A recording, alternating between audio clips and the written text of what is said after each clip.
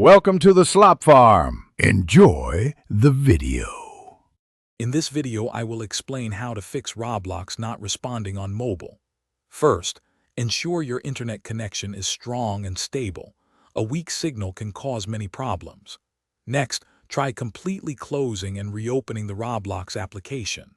If that doesn't work, a simple restart of your mobile device can often resolve minor software conflicts, giving your phone a fresh start. These initial steps are quick and frequently effective. Moving on, clearing the Roblox app's cache and data can remove corrupted files that cause unresponsiveness.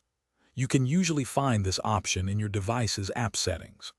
Also, always make sure your Roblox app is updated to its newest version, as developers frequently release fixes.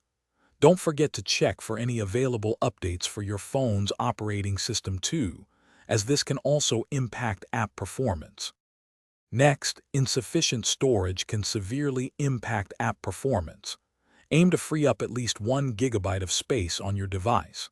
If the problem persists, a complete reinstallation of the Roblox app might be necessary. This ensures you have a clean, fresh installation. Also, be mindful of other applications running in the background. They can sometimes interfere with Roblox, so try closing them. Finally, for more advanced troubleshooting, try switching your internet connection. If you're on Wi-Fi, try mobile data or vice versa.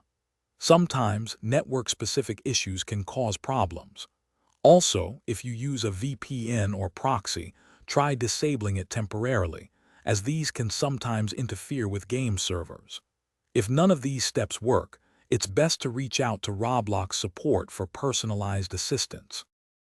Thanks for watching. Consider subscribing if we helped you today.